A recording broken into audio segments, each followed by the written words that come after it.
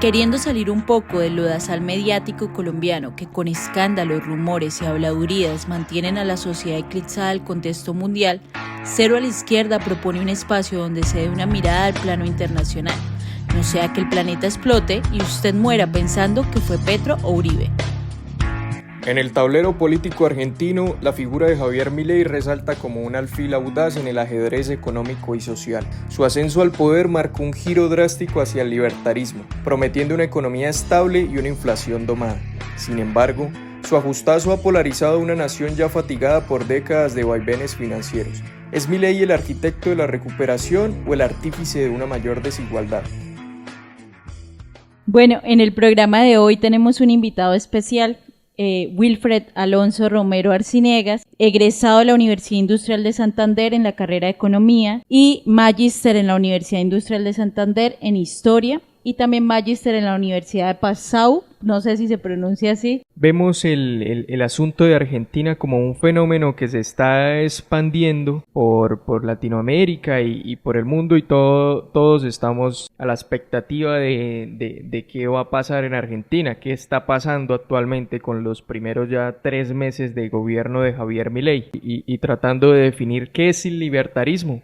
Me parece siempre un hito que se ha vuelto en la política y es qué hacen los mandatarios al inicio de sus periodos, ya sean presidenciales o a niveles digamos regionales o municipales, es cómo ellos ajustan la política a ese nuevo escenario.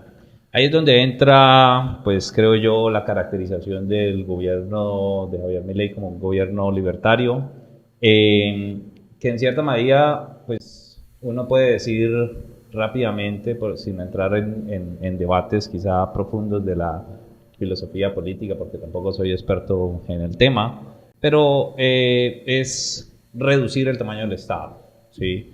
Si fuese ya llevándolo a extremos filosóficos, pues anular la presencia del Estado, podría decir uno.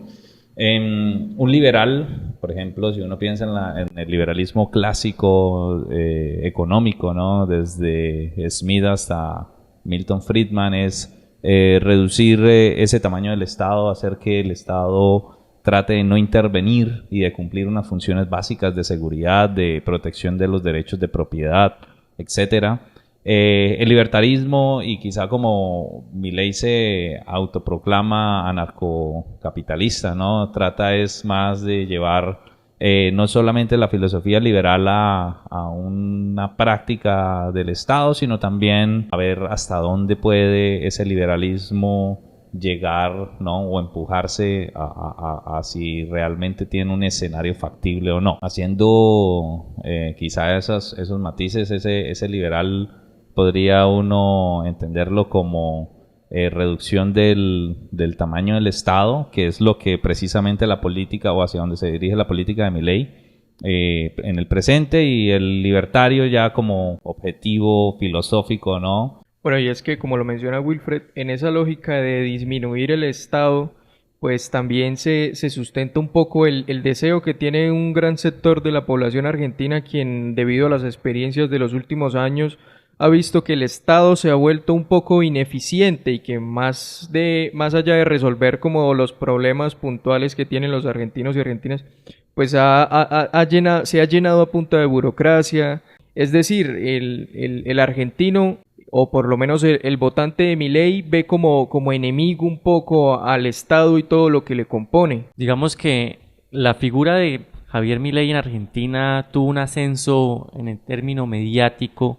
Primero, digamos, como un descontento social al no resolver la vida cotidiana del argentino y entender, digamos, que la crisis actual, que se mantenía una inflación supremamente alta, encontró, digamos, en la figura de Javier Milei, que redujo el Estado, ese Estado como un Estado inoperante, como que no resuelve, como que no funciona, al término de la casta. Entonces redujo su discurso ideológico a esa palabra, la casta, y arremetiendo, digamos, contra ese aparato estatal ineficiente, inoperante, que, digamos, suprime, digamos, la aventura o el crecimiento económico que a nivel individual puede ejercer en la sociedad los empresarios y, digamos, las figuras como más Pero yo creo y yo vi que un poco, digamos, esa figura de Milei como interrumpe en el escenario político argentino de una manera, lo decíamos ahorita fuera de micrófonos, ¿cómo es? Outsider. Outsider, sí. Recurrentemente en la política actual se ha manifestado o ha tenido cierta relevancia. Lo vemos en el caso de Donald Trump en Estados Unidos, aquí un intento en Colombia con Rodolfo Hernández y Bolsonaro otras. en Brasil. Bolsonaro en Brasil, o sea, una figura repetitiva en la política contemporánea de cómo este tipo de personajes llegan e irrumpen, digamos, en la escena de la política local en América Latina. Y a través de como una figura que representa un poco ese descontento, y yo creería que a un descontento dirigido hacia un sector social como la juventud, utilizando una dinámica de comunicación que le llega, digamos, directamente a la juventud, y yo lo interpretaba como una escena parecida a la escena punk. Para mí Javier Milei representó como una escena punk de rebeldía contra una casta que impide la libertad y empieza a generar ese impacto mediático en la juventud argentina y empieza a consolidar un lenguaje que incluso si usted va y pregunta, mucha gente en Argentina no votó específicamente por vista ideológica del anarcocapitalismo como tal, sino simplemente porque quería irrumpir contra esa tradición política que no veía, digamos, pudiera solucionar sus problemáticas. Pues el outsider lo que viene a hacer es siempre canalizar, ¿no? Energías políticas. Digamos, en la ciencia política hay una cuestión muy interesante que son los swing voters o los votantes que no saben qué hacer con su voto y que terminan siendo decisivos en muchas elecciones. No es diferente en el caso de Argentina hoy en día con Milei, y creo que gran parte del descontento de los argentinos viene sobre todo de los más jóvenes. Es decir, de los más jóvenes que nacen hace 20 años más o menos, el kirchnerismo comienza a consolidarse como fuerza política y ellos nacen en ese contexto. Muy similar a lo que sucede en Venezuela con los jóvenes que han nacido en el chavismo, que están descontentos, que se van de Venezuela y dicen muchas cosas. Lo digo por los argentinos venezolanos que conocí, digamos, desde afuera, no en cada uno de sus situaciones locales, pero también de algunos que salieron de Argentina por caso, digamos, del kirchnerismo, de la crisis que se acentúa con Macri, que viene con Fernández nuevamente, y que es una bola de nieve que venía creciendo, ¿no? Que venía creciendo porque al fin y al cabo la solución no viene ni de la derecha ni de la izquierda, y Milei aparece como el outsider. Es decir, mientras él era comentarista político, pues se iba a lance ristre contra el kirchnerismo. Lo mismo lo hizo durante el periodo presidencial de Macri, nuevamente con Fernández. Entonces comienza a canalizar toda esa energía de esos votantes que no saben qué hacer, ¿no? Con su voto, y dicen, bueno, con este discurso de las castas políticas, precisamente retomando ese concepto, porque es algo que él utiliza mucho en su lenguaje, en las entrevistas, lo que logra es tomar el descontento de una juventud que no tiene una gran formación política, que apenas están saliendo a votar y solamente quieren mostrar su descontento. Pongo un caso particular de una argentina a quien le dicté clase el semestre pasado, y en clase me gustaba, pues además que uno se va informando es por los medios internacionales de la situación, de amigos que han vivido allá, que experiencias particulares, y el de ella era, bueno, ¿por qué la juventud apoya a Milei? Y la respuesta de ella era muy simple, y no es por un análisis profundo sobre sus propuestas, porque no es porque yo conozca a Milei y sé muy claramente cuáles son sus objetivos de reforma con el Estado, sino es simplemente porque hemos nacido en una generación descontenta con la política tradicional, ya sea del kirchnerismo, ya sea de Macri, y ya sea de izquierda, ya sea de derecha. Pues yo voy solamente con alguien que me da, digamos, un discurso completamente diferente. Bueno, ahora por otro lado, cómo él ha tratado de capturar la atención, pues a través de ese lenguaje, ¿no?, que él utiliza en sus discursos y que ha venido replicando una vez, sigue siendo, ahora que, es presidente, desde que era candidato hasta el momento que es presidente, y es un lenguaje violento también, ¿no? La motosierra, por ejemplo, ¿no? El uso de estas metáforas con la motosierra. Aquí en Colombia esa metáfora es un poco más delicada, pero digamos que en contexto colombiano eso significaría otra cosa. Sí, y pues para el argentino la motosierra es cortar, ¿no? Cortar el problema esencial que es quizá la bandera de la reforma económica de Milei, es recortar los gastos del Estado, lo que llamarían los economistas lograr ese balance en el déficit fiscal, ¿no? Es decir, permitir que yo no gaste más de lo que me ingresa, ¿no? En cuanto a dinero en el Estado. Y eso significa pues una serie de recortes. Él no solamente lo ha atacado de forma económica, sino también simbólica. Es decir, ha sido un ataque a la estructura económica, ¿cierto? Fundamental, que también resguarda algunos derechos sociales, es decir, derechos a la salud, a la educación, a que la gente pueda tener mínimos vitales, ¿no? Y que esas reformas económicas atacan precisamente esos puntos a los cuales ya varias instituciones internacionales han llamado la atención, pero también de una forma simbólica, tratando de eliminar el lenguaje inclusivo. Es decir, está haciendo también una transformación del lenguaje económico, pero también de la visión sobre lo que es la cultura o el desarrollo cultural en Argentina, ¿no? Si uno lo ve en términos económicos, naturalmente, recortar los gastos va a ajustar la inflación. Eso es lo que ha pasado. El gran éxito que él llama en el presente es pasar de una inflación interanual de 200 algo por ciento, ahorita está como en 170 y tanto, ¿cierto? Es decir, ha venido reduciéndose desde diciembre con estos ajustes.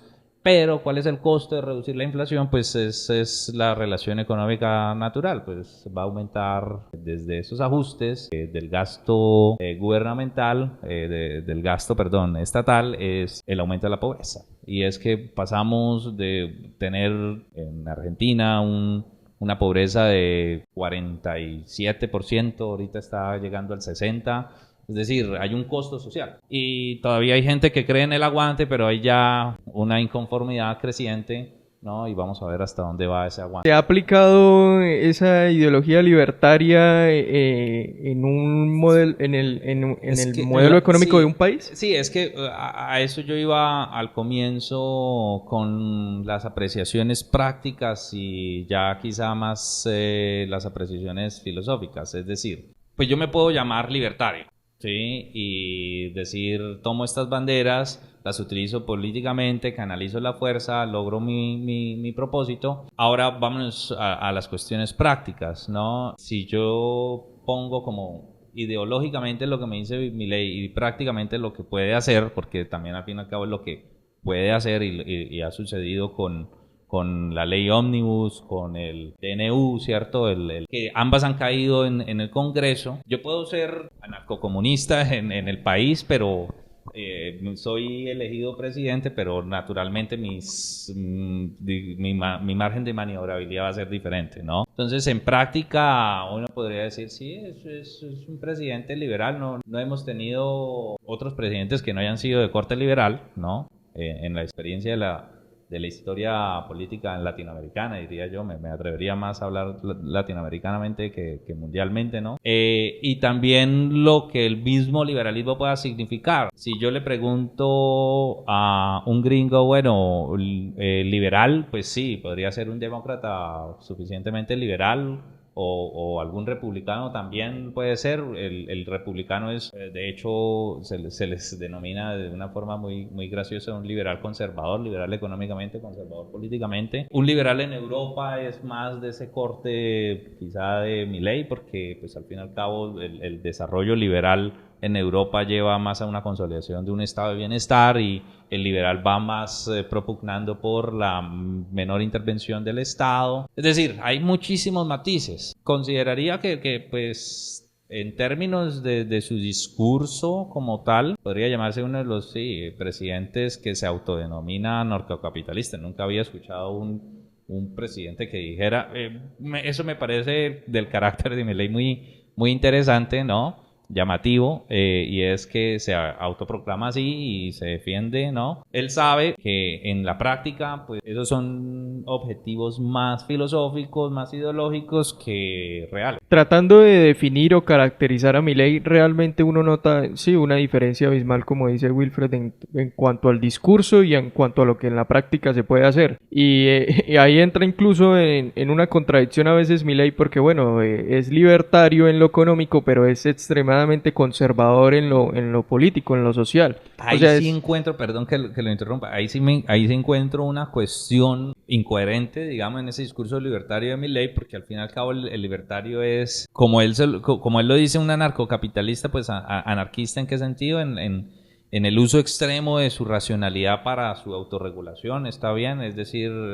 pone al individuo con esa premisa de racionalidad, y por eso no hay necesidad de intervención de un Estado, ¿no? Pero también libertario sin religión, y del que en el caso de que vemos de Milei, pues es un libertario económicamente, quizá.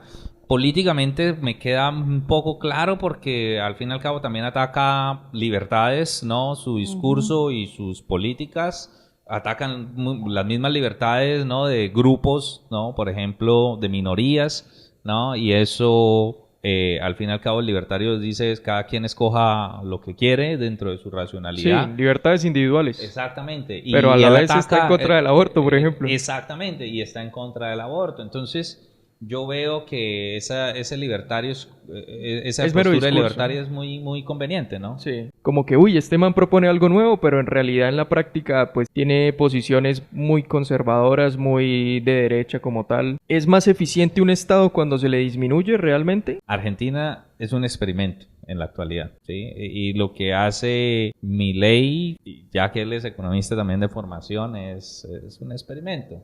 Y es un experimento que a los ojos morbosos del mundo le gusta, ¿no? Porque al fin y al cabo vamos a hacer un recorte. El recorte es excesivo, ¿sí? Busca eficiencia, pero busca eficiencia sobre todo con unos objetivos económicos y políticos claros. Y es beneficiar a la clase empresarial, aumentar la inversión extranjera, ¿cierto? Y hacer quizá, aumentar quizá bajo esa fórmula con la esperanza, diría Milei, la productividad del trabajo y que a la larga eso se recuperaría Argentina. Bueno, eso pues él lleva apenas 3 meses, lo veremos en estos otros 3 meses cómo sigue la pugna, ¿no? En el Congreso de si le aprueban o no sus leyes de recortes. Pues a la larga los resultados llegarán en unos años, no llegará en meses, porque los resultados de un proceso de recortes, ahorita él dijo recorta 50,000 empleos, 70,000 contratos, es decir, está haciendo un recorte muy grande, ¿sí? Un ajuste muy grande.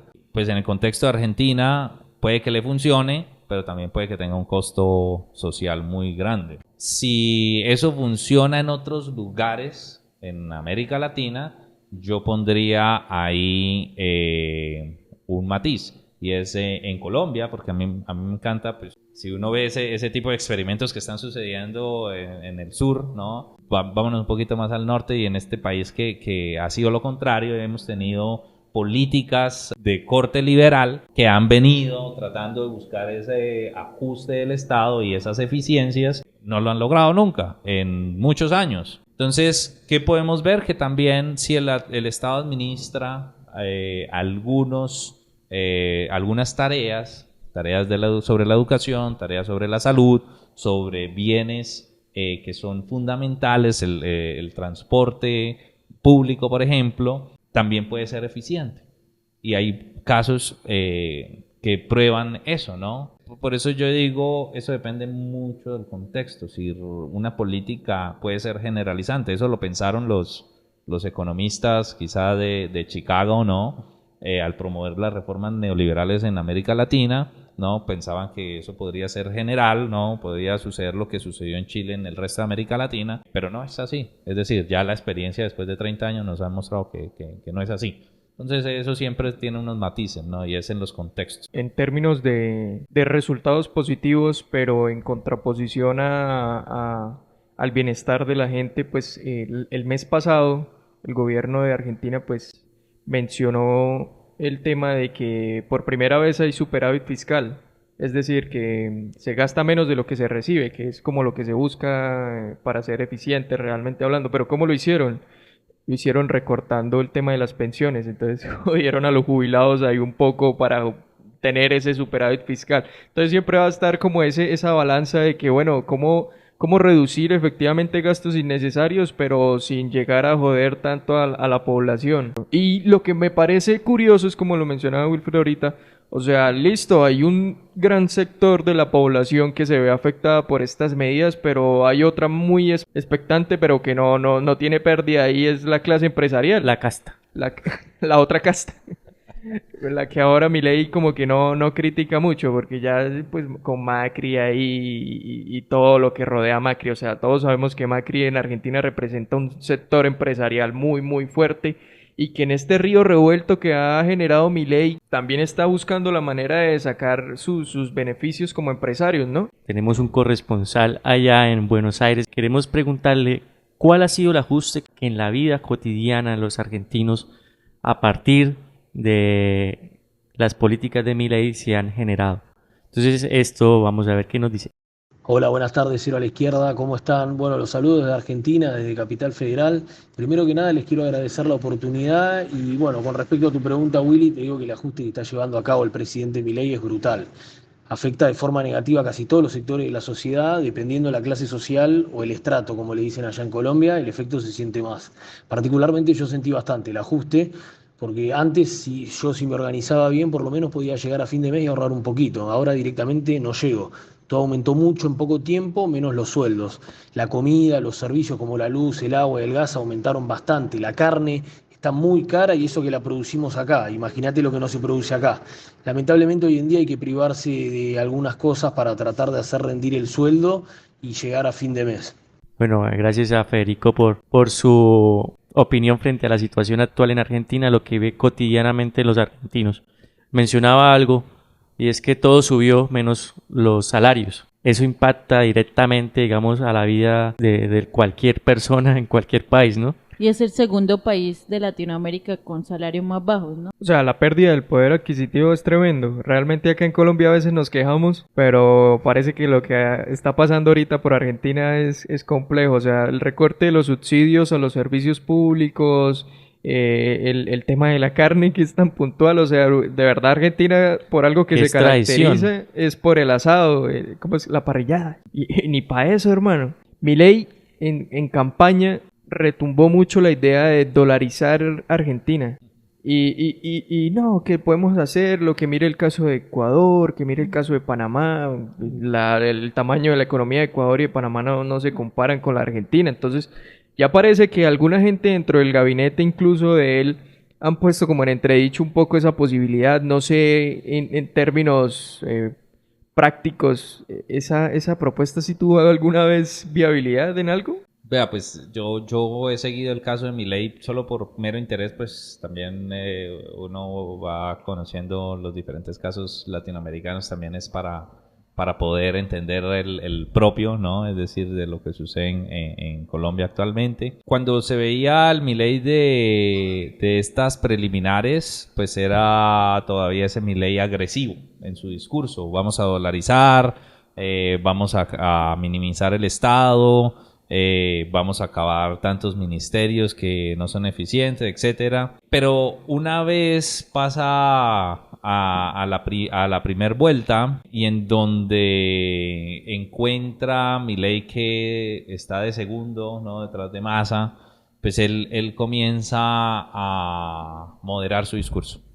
Y, como les digo, comienza a tratar de capturar a la mayor cantidad de votos posibles. En la segunda vuelta, Milei comienza a suavizar su discurso, especialmente con el tema dolarización de la economía. Yo consideraría que ha minimizado tanto el discurso de la dolarización que dejó de hacerlo mediático en la actualidad. Está quitándose ese compromiso de encima. Pues también va a recibir rechazo tanto de la oposición como inclusive de partidos un poco más alineados a sus propósitos ideológicos por un simple hecho, y es que si yo no controlo mi política fiscal y si yo no controlo mi política monetaria, es decir, si yo pierdo soberanía en la decisión sobre mi moneda, pues al fin y al cabo, en el largo plazo eso va a tener una repercusión muy grande.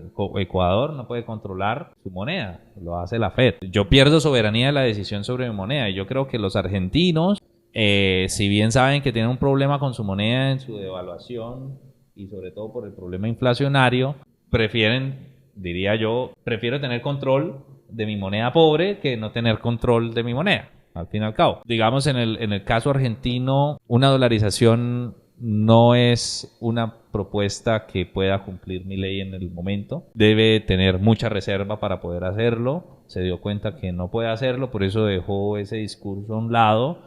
Y segundo, pues porque va a encontrar que la oposición es, al fin y al cabo, quiero tener todavía soberanía. De muchos grupos políticos quiero tener todavía soberanía de las decisiones sobre mi moneda. Si se corrige el problema inflacionario. ¿Ustedes qué pronóstico le dan? El periodo presidencial en Argentina es de 5 años, ¿no? Al ritmo que va, ¿creen ustedes que Milei realmente pueda terminar su mandato o la crisis va a ser tan aguda, esa catarsis que tanto menciona Milei, que después no le va a quedar tiempo para contar las nuevas que supuestamente vienen después de las maduras? Yo escuchaba un periodista argentino, no recuerdo el nombre, bueno, perdón, no era un periodista, era un analista político. Él ponía una analogía y era, Milei está pidiéndole a sus electores y digamos, al pueblo que lo llevó al poder, que naden 300 metros. Pero cuando llegaron a los 300 metros, ahora le está pidiendo que llegue a los 400. Y realmente, teniendo en cuenta sus ajustes, él ponía esta metáfora, ¿no?, para poder explicar lo que está pidiendo Milei, es que cuando lleguen a los 400, realmente les va a decir que la meta no son 400, sino son 4000. Es decir, les están pidiendo que realmente aguanten muchísimo. Y lo digo porque ese era el cuestionamiento, y es hasta dónde puede aguantar la gente estos recortes. Sí. ¿Sí? Y yo considero que cuando va tanta presión, especialmente en el bolsillo, que es donde duele, le duele a los de izquierda, les duele a los de derecha, no importa, eso no tiene ideología, es decir, el hambre no tiene ideología. La cuestión es esa, y es hasta dónde esas personas, esos electores de Milei, ¿no?, van a soportar. Y es que, digamos, en la prensa colombiana, más que todo, haciendo como cuando abordan el tema de Milei, hacen una referencia al tema de la transición. O sea, el campo, le dan un campo de acción a Milei para poder ejecutar, digamos, su plan de acción económico para recuperar el país, ¿no? Pero a comparación de un poco, digamos, de la valoración que se hace a un gobierno como el de Gustavo Petro, ese espacio de oxígeno o de transición no se permite. El denominado año de aprendizaje. Exactamente, no se permite. Y es algo que, digamos, también lo menciono a lo que hacía referencia a Wilfred, es que, por ejemplo, si aquí, con una medida del tema de la gasolina, de tratar de sanear ese hueco fiscal que había, casi, mejor dicho... Todavía están llorando. Sí, se asume como una tragedia económica. Ahora imagínese esta situación en Argentina, o sea, todo el ajuste que se está haciendo en Argentina, ¿cuál sería la reacción de la derecha colombiana, pero allá en Argentina? La pregunta. Lo más curioso de los ajustes, ¿no?, fiscales que hace un gobierno de izquierda, especialmente en caso de Colombia, es meterse con la gasolina, y sí, lo hizo. Es que tumba presidente. Y tuvo el valor de hacerlo, sí, por eso les decía... Tuvo el valor de hacerlo cuando ningún gobierno de derecha, que es lo que uno presupone que va a hacer en sus ajustes precisamente, es irse contra el precio de la gasolina. Si uno lo mira desde una óptica un poco más profunda y evaluando esas medidas, porque ahorita Milei también lo está haciendo, ¿no? En Argentina comienza a subir el precio también de la gasolina, ¿no? Y comenzar a afectar sectores. En el caso colombiano es porque el subsidio a la gasolina, al fin y al cabo, estaba beneficiando a la clase más adinerada. A la clase media también, naturalmente, pero sobre todo a la clase más adinerada. Porque, pues, al fin y al cabo, ustedes con cuánto tanquean una camioneta 4x4, ¿cierto? Y piensen ustedes, se hagan solamente la cuenta de cuánto está usted tanqueando una camioneta 4x4 y cuánto consume digamos, en subsidio a la gasolina, ese valor, y usted compare ese valor de subsidio de una tanqueada, de una camioneta, ¿cierto? Con un subsidio que usted le otorga mensualmente a una persona menos favorecida en Colombia, ¿no? Con su programa de Familias en Acción o cualquier Jóvenes en Acción o cualquiera, y ustedes hagan ese cálculo nada más y uno dice, pues tiene sentido. Entonces por eso digo, esa reforma, ¿no? que trata de hacer a partir de ese ajuste que hace el gobierno de izquierda, ¿no? En Colombia sobre un tema tan controversial como es la gasolina, pues ya ahora uno lo encuentra en Milei y pues claro, uno dice es de derecha, es liberal y está buscando ese ajuste y lo logra, ¿no? Entonces a él pues no le digo nada porque es de derecha, al gobierno colombiano como es de izquierda, pues entonces sí lo golpeo, ¿no? Por este tipo de medidas que afectan especialmente esa clase media y esa clase alta, ¿no? Económicamente hablando. Entonces sí me parece eso particular que lo haya hecho Colombia y que también lo va a hacer Milei, aunque si uno lo ve ya en ese contexto internacional, pues no hay un golpe tan certero especialmente. No, y vean, yo quería hacer un comentario rápido al respecto, y es, el caso Argentina es fascinante porque, vean, Argentina a inicios del siglo XX era un país tan rico como los países europeos, tan rico como Italia, tan rico como España, ¿no? Casi tan rico como Alemania, inclusive a inicios del siglo XX, y hoy en día sigue estando, es decir, Argentina tiene como un PIB de, qué sé yo, unos 700 mil millones de dólares, algo así es más o menos el volumen, con una población de 45 millones. Colombia tiene algo menos con 50 millones, es decir, si uno solamente hace o siente, porque es que la economía tampoco son solamente cifras, sino es lo que usted siente en términos de bienestar cuando vive en una población, ¿no? Y es, claro, los argentinos, uno podría decir, son más ricos que los colombianos comparativamente, ¿sí? O por lo menos bajo esas cifras. Entonces uno dice, bueno, y tomando ese comentario, es una crisis macropolítica, no están de acuerdo los empresarios y los políticos. Bueno, eso sucede en todos los países, ¿no? Los proyectos a largo plazo, como yo decía, se ven reflejados en las políticas de Estado, en yo qué políticas de Estado creo, consolido dentro de mis periodos gubernamentales, que en el largo plazo tengan efecto. Por ejemplo, hoy en día estamos hablando de reformas a la Ley 30 de Educación Superior en Colombia, pero ¿y por qué no pensamos ya en transformar la Ley Orgánica de Educación, ¿no? Es decir, pensemos desde el grado 0 hasta la maestría y doctorado en Colombia, ¿no? Es decir, estamos pensando solamente en cuestiones cortas que llega un nuevo gobierno y derrumba, ¿no? Y no estamos pensando en procesos largos. Yo considero que sí, en Argentina en el largo plazo le fue muy mal. Hasta ahora, en estos últimos 30 años, estamos viendo ese reflejo de malas decisiones políticas que bueno, en el caso de Argentina son un poco más controvertidas que en Colombia, ¿no? En modelos, en experimentos políticos, ¿no?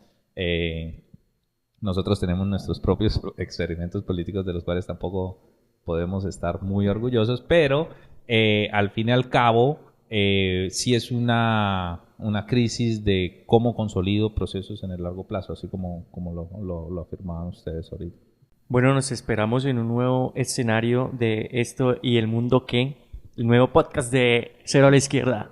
No, muchas gracias también a Wilfred por Sí. su óptica desde el punto de vista económico. Muchas gracias a la compañera, a los compañeros de Cero a la Izquierda por la invitación, porque pues al fin y al cabo también es muy interesante poder debatir estas diferentes ideas, ¿no?